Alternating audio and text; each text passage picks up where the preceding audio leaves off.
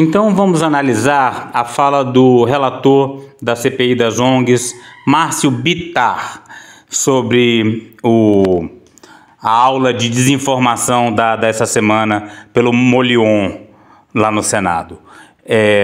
Eu vou começar pelo final, pela última fala dele, que eu achei mais didática, mais ilustrativa. Depois eu analiso a primeira parte e eu pretendo mostrar por que a desinformação climática é tão importante para essa gente.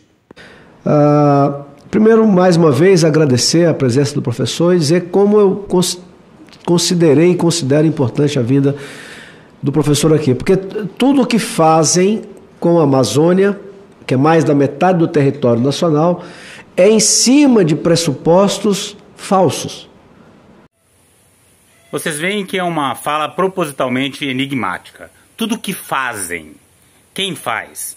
O que é o que fazem na Amazônia é em cima de pressupostos falsos. Quais pressupostos? Né? Então tem alguém que faz alguma coisa com base em alguma coisa. Então é aquele discurso bolsonarista que não fala nada e insinua tudo. O que fazem com a Amazônia é desmatar e destruir. É isso que se vê aí. Pode abrir qualquer imagem de satélite, é isso que se vê. Agora ele não está falando disso, ele está falando do discurso ambientalista, preservacionista. E os pressupostos falsos, evidentemente que ele se refere às mudanças climáticas, ao aquecimento global, efeito estufa e à crise de biodiversidade.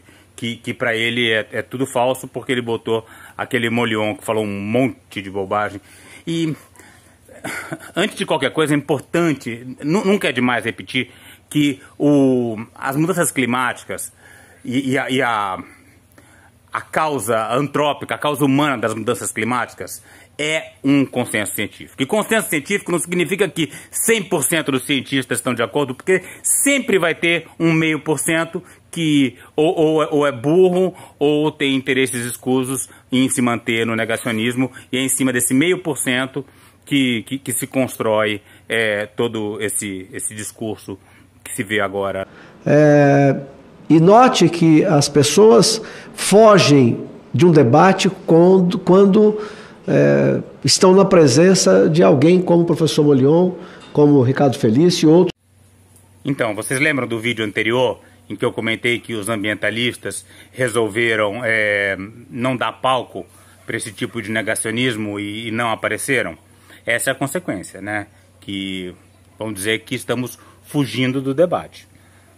Tudo bem, acho razoável não bater palma para maluco dançar, mas aí vem esse tipo de acusação, inevitavelmente. Tantos que ousam terem a coragem. Aqui um detalhe, mas não é insignificante. Você vê que ele fala que ousam terem a coragem. Isso mostra que esse senador é um analfabeto, não sabe usar a língua portuguesa, né? E o bolsonarismo, o negacionismo e o analfabetismo funcional são coisas que andam junto. A partir da leitura, do estudo, da descoberta de que isso são pressupostos falsos, de argumentar publicamente, e aqueles que fizeram e fazem dessa questão ambiental o seu ganha-pão, porque estão ganhando dinheiro com isso. Agora ele está falando de mim, né? Quer dizer, ele está falando das ONGs, mas aqueles que fazem da questão ambiental seu ganha-pão. Eu sou pesquisador, fiz meu doutorado em ecologia de Palmeiras, sou biólogo. Tem gente que acha que eu sou antropólogo, sou biólogo. Eu que defendo muitos povos indígenas e estudo a ecologia da floresta amazônica. Então eu faço da questão ambiental o meu ganha-pão. Foge desse debate, né? Porque se você demonstra cabalmente que a Amazônia não interfere no clima do planeta, caiu por terra tudo o que esses movimentos ambientalistas fazem conosco. Pois é, não é que fogem, é que não querem bater palma para maluco dançar, que é o que virou essa CPI das ONGs. Mas eu tô aqui para apontar os erros. Os erros científicos eu vou deixar para o próximo vídeo. No momento eu quero tratar dos interesses escusos do Senado Federal. O que vocês viram até aqui foi a conclusão da sessão. Agora eu vou analisar a introdução. Quando o Império Britânico ruiu no século passado, de certa forma, eles criaram uma nova forma de colonizar. E mais sutil, e foi através das ONGs. Já em parceria com os Estados Unidos, então, criaram essas ONGs, controlam através do Banco Mundial, do FMI, do BID, controlam financiamentos, e através do financiamento eles pressionam países a criar reserva, a ampliar reservas, e é uma forma mais sutil, mas é de domínio. É por isso que o senador Plínio chama de neocolonialismo. Não é, né?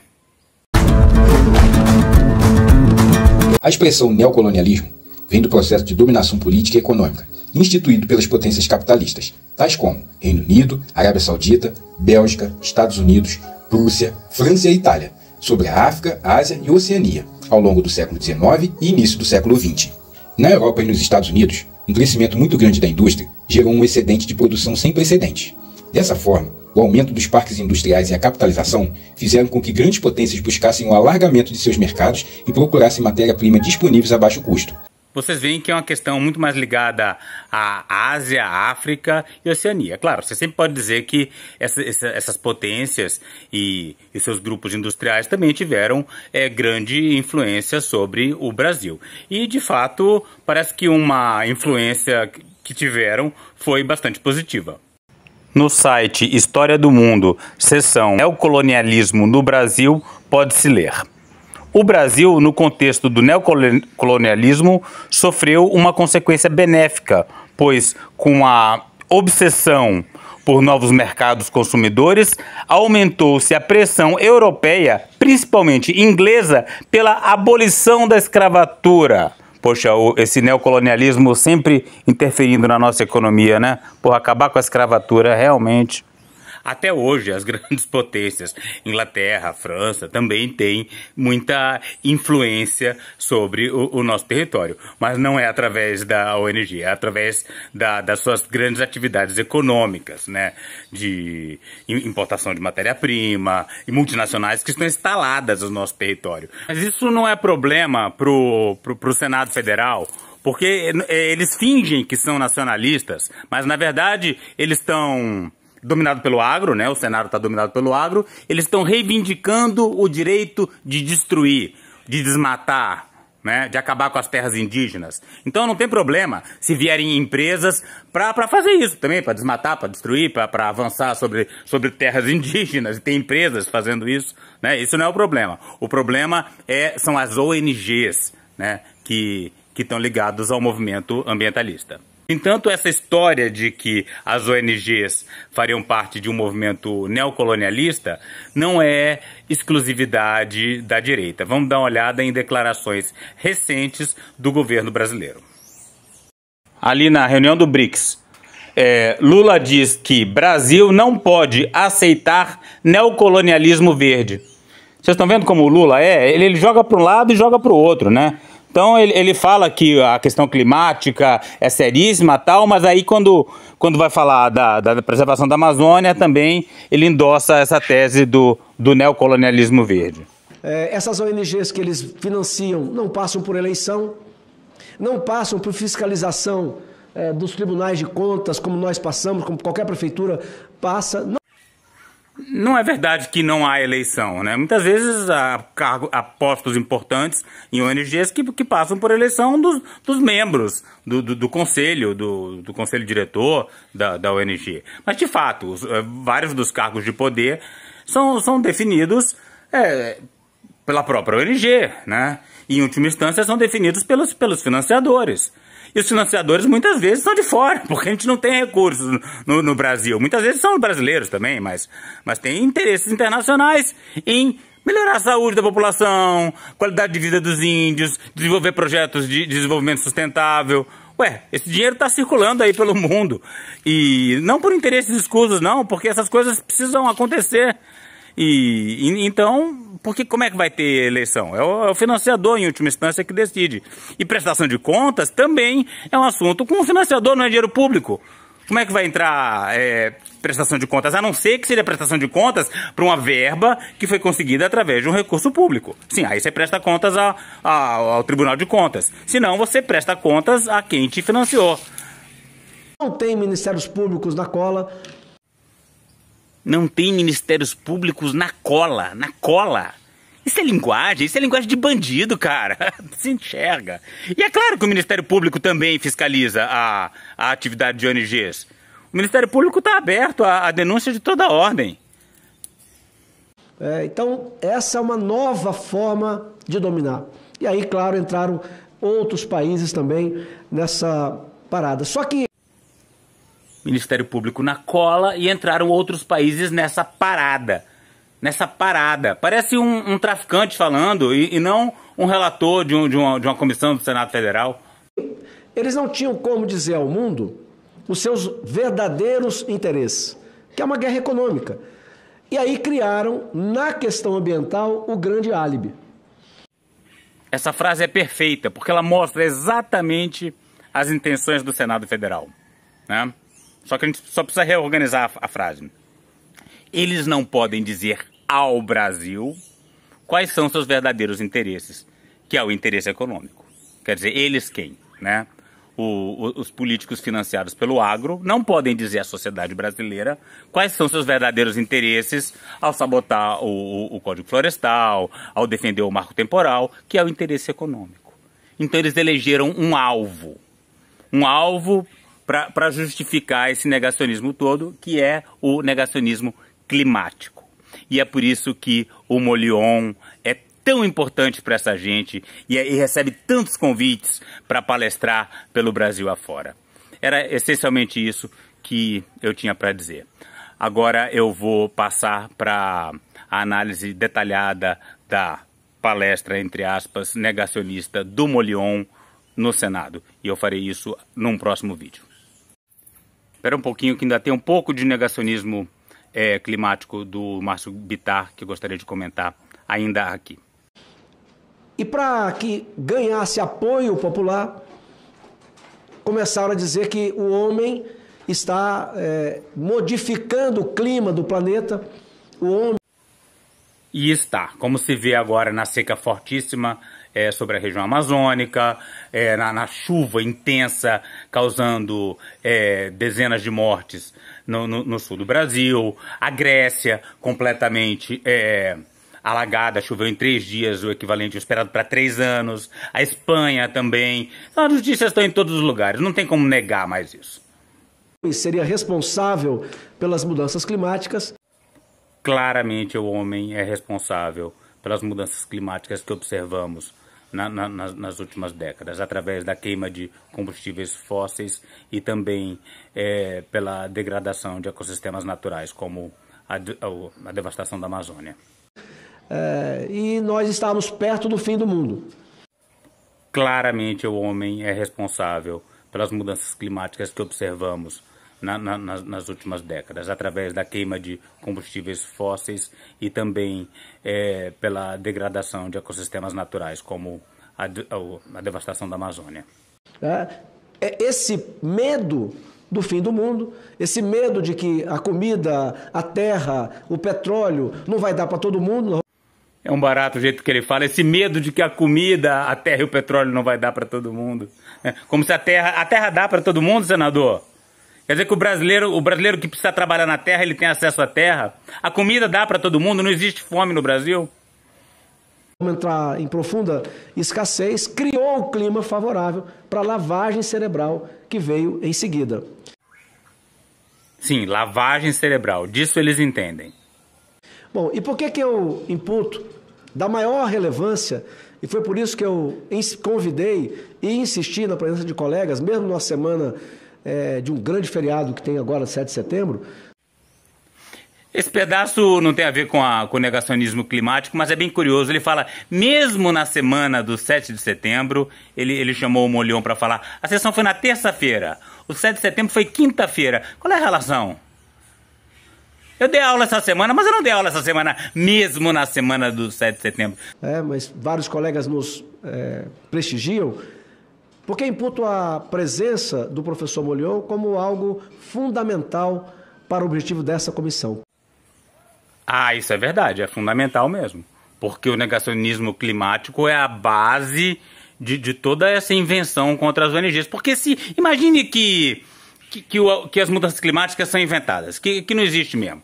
Que o Molion tá certo, e que a revista Nature, Science, todas as revistas científicas do mundo estão erradas, todas as grandes universidades do mundo estão erradas, tá todo mundo errado. Só quem tá certo é o Molion e o Ricardo Felício. Né? Vamos supor que isso fosse verdade. Aí, realmente. Aí seria uma mentira tão grande. E também por quê? Por que essas ONGs estão preocupadas com a Amazônia? Por que estão preocupadas com a floresta? Se as mudanças climáticas não são verdadeiras? Aí sim. Vocês estão entendendo como é fundamental a presença do Molion ali? Porque se tudo isso é falso, se tudo isso é uma grande conspiração do mundo, aí é porque deve ter interesses obscuros, né? Roubar o nosso país, acabar com a Amazônia, porque se deixar o Brasil se desenvolver vai ser uma nova China, e os Estados Unidos não querem uma nova China, porque a Inglaterra tem interesse, porque a França, os agricultores franceses não querem ver a nossa super eficiente agricultura prosperar.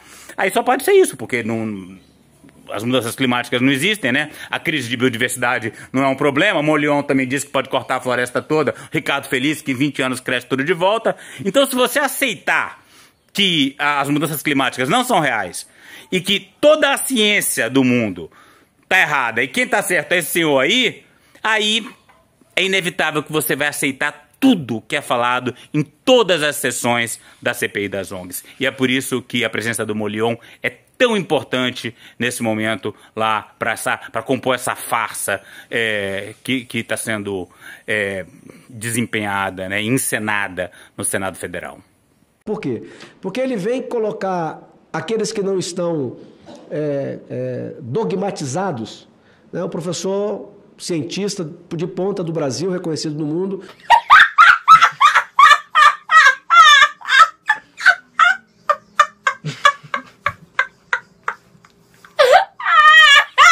Quantos mitos foram criados?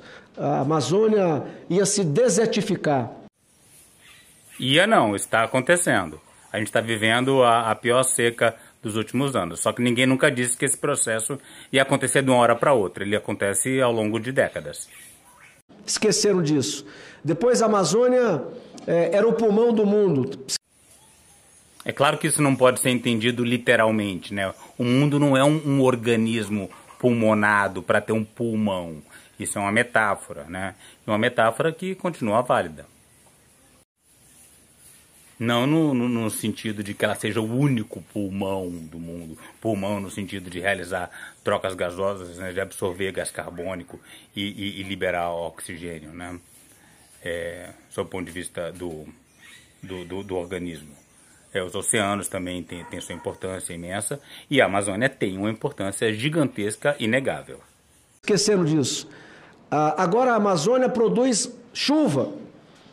Se nós não mexermos na Amazônia, vai faltar chuva no Nordeste. Não é bem no Nordeste, é mais no Centro-Oeste, Sudeste e em alguns períodos também no Sul, né? O Sul vai ter momentos de grande pluviosidade, como a gente tem visto agora, mas tem outros momentos em que as chuvas que vêm da Amazônia são importantes e na medida que a gente destrói a floresta amazônica, também vai ter seca no Sul. Vai até o mito de que a água pode acabar. Aí a mentirada doida, né? Não, ninguém diz que a água vai acabar. A quantidade de água no planeta segue a mesma, né? Só que o continente vai ficando cada vez mais seco na maior parte do tempo. Ainda teremos, mesmo se destruir a floresta amazônica inteira, ainda haverá momentos de chuva intensa, aliás, rios destruindo cidades, mas na maior parte do tempo a gente vai viver uma seca muito maior, como até o próprio Molion deixou claro na palestra dele, acabar com a água. A água não desaparece do planeta, né? A quantidade de água no planeta é mais ou menos constante. Esta atração continua amanhã. Amanhã nada, ainda hoje. Daqui a pouco eu subo a parte da análise da fala criminosa do Molion. Para saber mais e participar dessa luta radical pelos povos indígenas, a floresta tropical e a biodiversidade de modo geral, inscreva-se no canal, deixe seu like e comentário.